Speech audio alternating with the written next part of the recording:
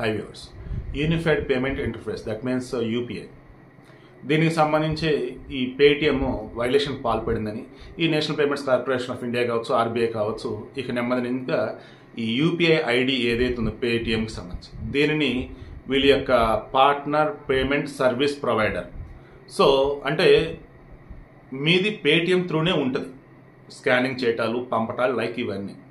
But వాళ్ళు registered banks ఏవైతే ఉంటాయో, ఆర్బీఐ అప్రూవల్ పొందినవి, నేషనల్ పేమెంట్స్ కార్పొరేషన్ ఆఫ్ ఇండియాతో లింక్ అయినవి ఏవైతే ఉన్నాయో ఆ బ్యాంక్స్ వీళ్ళు టైఅప్ అయి ఉండాలి. ఇక వాళ్ళు మీకు అంతా కూడా సర్వీస్ ప్రొవైడ్ చేస్తుంది. బట్ ఇది వచ్చేసి ఒక ప్లాట్ఫామ్ లాగా ఉంటుంది మీకు Paytm.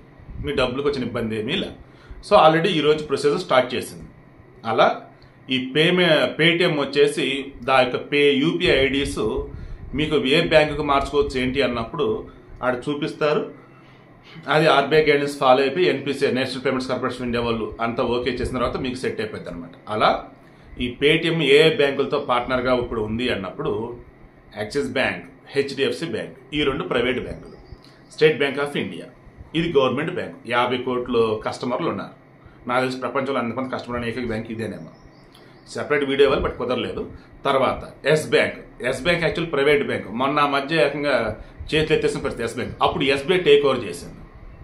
So Yes Bank, SBI, HDFC and Axis Bank, ఈ 4 కూడా ఇప్పుడు ఈ పేటిఎంలో ఏదైతే యూపీఐ ఐడి ఉన్నాయో దానిని ఈ 4 బ్యాంకులో ఏదో ఒక బ్యాంకుతో మీరు అటాచ్ చేసుకోవచ్చు. సో పేటిఎం ఉన్నటువంటి వాళ్ళు, యూపీఐ ఐడి కలిగి ఉన్నటువంటి వాళ్ళు ఎటువంటి ఇబ్బందులు అయితే మీకైతే లేవు. ఆ పేటిఎంలో యూపీఐ ఐడి ఏదైతే ఉందో బట్ అదైతే మార్చుకోవాలి.